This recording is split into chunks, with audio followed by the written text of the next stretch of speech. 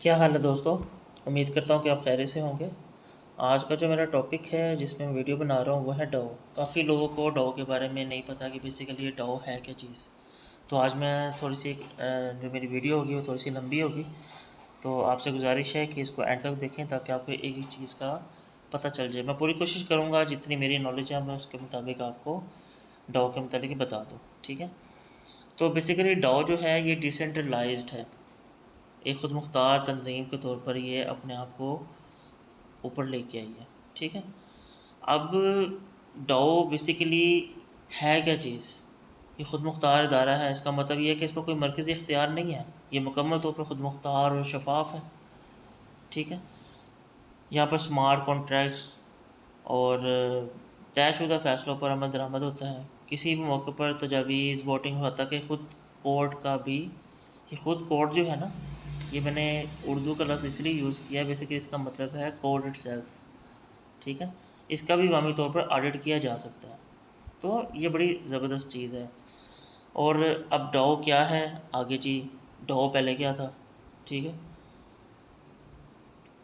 Digital करेंसियों की एक बहुत बड़ी खसूसियत ये होती है कि वो डिसेंट्रलाइज होती है। इसका मतलब ये है कि वो किसी एक इदारे यानी जैसे हुकूमत या मरकज़ी बैंक के ज़ेर कंट्रोल में नहीं होते, बल्कि इसकी बजाय वो मुख्तलिफ़ किस्म के कंप्यूटर्स नेटवर्क और नोड्स में तकसीम होते हैं, ठीक है। ये तो आपको पता है। अब ये है कि इसको डाओ को अंडरस्टैंड कैसे किया जाए। डाओ जैसा इदारा बनाया ही क्यों गया था। डाओ के डेवलपर्स का ख्याल था कि वो फैसला साजी की ताकत को खुद कारी निज़ाम और क्राउड सोर्स अमल के हाथ में देकर इंसानी गलती या सरमायाकारों के फंड्स में हेरा फेरी को ख़त्म कर सकते हैं। इसलिए ये बनाया गया था। और इसको किसकी मदद से बनाया गया? एथीरियम की मदद से बनाया गया, ठीक है। तो डाओ को सरमायाकारों को जो डाओ के सरमायाकार थे वो दुनिया में कहीं से भी किसी भी तरीके से जो रकम थे वो डाओ के जो डिज़ाइन करदा जो था एक सिस्टम उनका था वहाँ पर वो भेज देते थे। उसके बाद क्या था, डाओ इन मालकान को टोकन फ्राहम करता था और उनके मुमकिना मंसूबों पर वोटिंग की मुकम्मल उनको हकूक़ दे दिया था। अब ज़ाहिर बात जब ऐसे हुआ कि पता ही नहीं पैसा कहाँ से आ रहा है और किस तरीके से आ रहा है, उनका जो सॉफ्टवेयर है वो कितना अच्छा है, उसकी ख़दशात जो थे वो, फिर ज़ाहिर बात है कुछ लोगों ने जिन्होंने इसके ऊपर रिसर्च किया उन्होंने इसको उस पर तनकीद भी शुरू की। सबसे पहली तनकीद जो आई थी वो मई 2016 में आई थी कि डाओ के पास जो थीरियम थे वो 14% तक जो डाओ के पास थे वो थीरियम थे। यानी डाओ की जो थीरियम की जो टोटल सप्लाई थी ना, ये टोटल जितने थीरियम थे उस टाइम सर्कुलेशन के अंदर, उसका 14% जो था वो डाओ के पास था। और ये इकनॉमिक रिपोर्ट है उसके मुताबिक ये बात कर रहा हूँ मैं। तो कई मुमकिना फास्ती खतरात को दूर किया जाना था, सरमायाकारों का जो मुस्तकबिल था उसके बारे में बात करनी थी। अब इन जो जितने भी मसाइल थे इस तरह के उनको हल तो करना था ना। बाद में क्या हुआ, जून 2016 में हैकर्स ने क्या किया कि जब इनकी कमज़ोरियों का पता चला हैकर्स को, तो उन्होंने डाओ पर हमला कर दिया हैकर्स ने। तो $3.6 मिलियन के जो थीरियम थे ना वो उन्होंने चोरी कर लिए, जो कि आज की रकम के मुताबिक $50 मिलियन थे। और ये एक बहुत बड़ा नुकसान हुआ था इन्वेस्टर्स का। अब डाओ का फ्यूचर क्या भी समझ नहीं आ रही लोगों को कि यार इसमें इन्वेस्ट करें ना करें। काफ़ी लोग पीछे हट के, काफ़ी लोग जो थे वो इस चीज़ को समझ नहीं रहे थे कि आखिर ये क्या चक्कर है, कैसे। अब उसको ठीक भी तो करना था डाओ ने, वो ज़रूरी था ना कि उस चीज़ को ठीक किया जाता। अब इसी तरह डाओ के बारे में जो ज़्यादा पेचीदगी ये थी कि अगर डाओ के जो पास जो थीरियम थे अगर उसको फिएट करेंसी में तब्दील कर लेते तो ज़ाहिर बात है थीरियम की जो प्राइस थी उसमें काफ़ी असर पड़ना था और डाओ का जो मुस्तकबिल था वो हैकर्स की नज़र हो गया था, ठीक है। तो सितंबर 2016 में कई नुमाया डिजिटल करेंसी जो थी एक्सचेंजेस ने डाओ टोकन को डीलिस्ट भी कर दिया। ज़ाहिर बात है जब उनको ये टेंशन होगी कि जनाब इसका कोई मुस्तकबिल ही नहीं सही है, हैकर्स ने इतना वो हैक कर लिया, तो फिर क्या उन्होंने किया, डीलिस्ट कर दिया। जिससे डाओ के लिए जो था ना एक निशान बन गया था कि अब इसका कोई फ्यूचर नहीं है। तो फ्यूचर तो होना था, हर चीज़ का जब होता है गलतियाँ होती हैं तो उसका फिर उसको ठीक भी किया जाता है। तो डाओ जैसा कि असल में तस्वर किया गया था कि 2020 के बस तक वापस नहीं आया था, तो 2021 में आ गया फिर वो।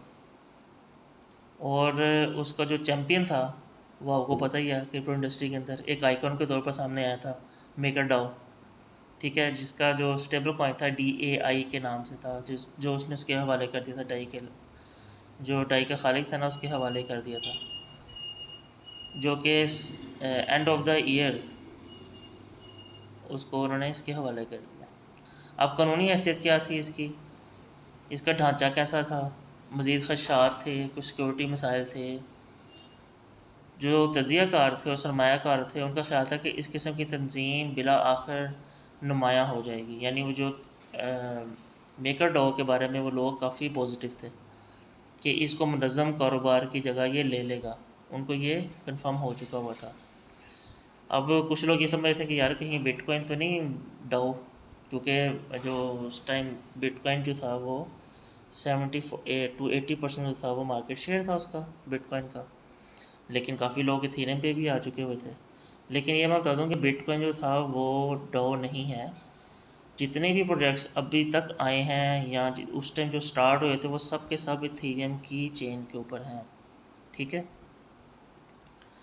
तो अब बात यह है कि भाई इथेरियम जो है, यानी सॉरी इथेरियम कह रहा हूँ डाओ जो है वो पैसे कमाता कैसे है। तो जो लोग डाओ टोकन के मालकान हैं वो तंजीम के सरमायाकारों से मुनाफा कमा कर या टोकन की कीमत में इजाफे से फ़ायदा उठा सकते हैं।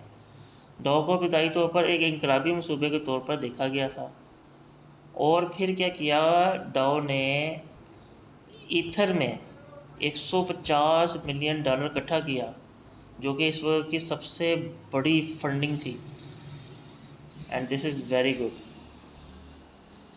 अब how does the DAO work, कैसे काम करता है भाई डाओ। ज़ाहिर बात है इसके कुछ कवानीन होंगे। जब बाज़ाब्ता तौर पर ब्लॉकचेन के ऊपर जब ये काम शुरू किया इसने, डाओ ने, तो वो क्या था, इनकी एक पूरी टीम थी डाओ की, डाओ कम्युनिटी के जो अरकान थे उनकी एक बुनियादी टीम के ज़रिए कायम किया गया था। स्मार्ट कॉन्ट्रैक्ट्स में तौर पर फ्रेमवर्क के तयन करते हैं जिसके ज़रिए डाओ को काम करना है। उसमें काबिल तस्दीक होता है, अवामी तौर पर काबिल समात होता है। कोई भी मुमकिन रुकन, यानी जिसका मेंबर होता है वो पूरी तरह समझ सकता है कि प्रोटोकॉल का हर कदम कैसे काम करता है। एक बार जब ये कवायद बाज़ाब्ता तौर पर ब्लॉकचेन पर लिखे जाते हैं तो अगला मरला फंडिंग की होती है। फंडिंग के इर्द गिर्द घूमता है। डाओ को ये जानने की ज़रूरत होती है कि ये फंडिंग कैसे हासिल की जाए और गवर्नेंस कैसे दी जाए। ये आमतौर पर टोकन के जरा के ज़रिए हासिल किया जाता है, जिसके ज़रिए प्रोटोकॉल फंड्स इकट्ठे करना और डाओ के ख़जाने को भरने के लिए टोकन फ़रोख्त करना है। तो इस फ़ियाट के बदले में, जो फ़ियाट करेंसी होती है, इसके बदले में टोकन होल्डर्स को वोटिंग के कुछ हकूक़ भी दिए जाते हैं, जो कि आम तौर पर इनके होल्डिंग्स के मुनासबत होते हैं। फंडिंग मुकम्मल होने के बाद डाओ जो था वो तैनाती के लिए तैयार हो जाता है, ठीक है। इस मुकाम पर एक बार जब कोर्ट को प्रोडक्शन में पुश कर दिया जाता है तो इसे मेंबर वोटिंग के ज़रिए हासिल होने वाले इत्तफाक़ राय के अलावा किसी और तरीके से तब्दील नहीं किया जा सकता। यानी वोटिंग होगी तो जब वोटिंग होगी तो उसको आप तब्दील नहीं कर सकते। यानी कोई भी ख़ास अथॉरिटी जो होती है वो डाओ के कवानीन में तरमीम नहीं कर सकती, और मुमकिन तौर पर ज़ाहिर बात है जो टोकन होल्डर्स हैं वही कम्युनिटी पर फैसला करते हैं। हाउ टू गेट इन्वॉल्व, शामिल होने का तरीका क्या है।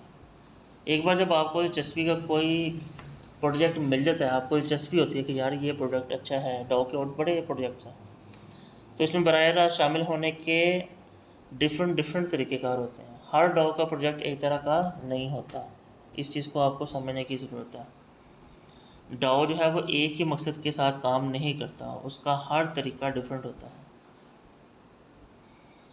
टेक्निकल जो गवर्नेंस होती है उस पर काम करने वाले डाओज जो होते हैं उनको समझना ज़रूरी है कि टोकन होल्डर्स को किस किस्म की वोटिंग के हकूक़ दिए जाते हैं। जैसे मैंने भी पहले बताया, यानी यूनिस्वैप है, उसके टोकन होल्डर्स जो होते हैं वो फ़ीस के एक हिस्से को तकसीम करते हैं और फिर वोट देते हैं, जो कि प्रोटोकॉल आपस में जमा करता है।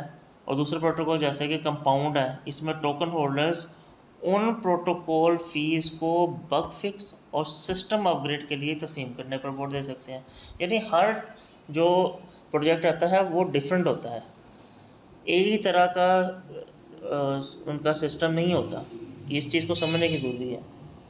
ठीक है, कुछ प्रोजेक्ट्स ऐसे होते हैं जो लोग दिलचस्पी लेते हैं, किसी की दिलचस्पी किसी प्रोजेक्ट में होती है, किसी की दिलचस्पी किसी प्रोजेक्ट में होती है, और डाओ के ग्रांट से चलने वाले प्रोजेक्ट्स के ज़रिए अपने काम का मुआवजा भी वसूल कर सकते हैं। बाकायदगी से इस किस्म के एडहॉक प्रोजेक्ट्स को अपने डिस्कॉर्ड सर्वर पर भी पोस्ट करते हैं। ठीक है, या दीगर डाओस प्रोटोकॉल के तकनीकी पहलुओं पर गवर्नेंस के बारे में कम तवज्जो दी जाती है, लेकिन ट्रेजरी पोलिंग और मुख्तस करने पर ज़्यादा तवज्जो दी जाती है। मिसाल के तौर पर शार्क डाओ बुनियादी तौर पर अफरादी जो टोकन होल्डर्स के फ़ंड्स को जमा करने में सहूलत फराहम करते हैं, ताकि जो नायाब NFT है ना, यानी कि जो बहुत महंगी NFTs हैं, उसको हासिल किया जा सके, जो कि आम आदमी के रेंज में नहीं होती है चीज़। यहाँ के एक अहम तरीके ये भी हैं कि डाओ के अंदर शफाफियत होती है, हर चीज़ आपके सामने होती है। ठीक है, वोटिंग का तरीके का रिकॉर्ड होता है, जो मखसूस टोकन होल्डर्स के जो वोटिंग के रिकॉर्ड को भी आप देख सकते हैं। ठीक है, ये एक बड़ी ज़बरदस्त चीज़ है। अब डाओ के अंदर अक्सर कम्युनिटी से ग्रांट से चलती हैं, आपको पता ही है ना, कि ग्रांट के बगैर तो कोई भी चीज़, ये डाओ का जो वजूद ही ख़त्म हो जाएगा अगर ग्रांट्स ना हो। तो जो कारोबारी ज़हन रखने वाले अफराद थे ना, उनके लिए ये चीज़ बड़ी ज़बरदस्त थी कि प्रोटोकॉल के मुस्तकबिल की तरक्की में इनकी मदद हासिल की जा सकती है और ये तजावीज़ भी पेश कर सकते हैं।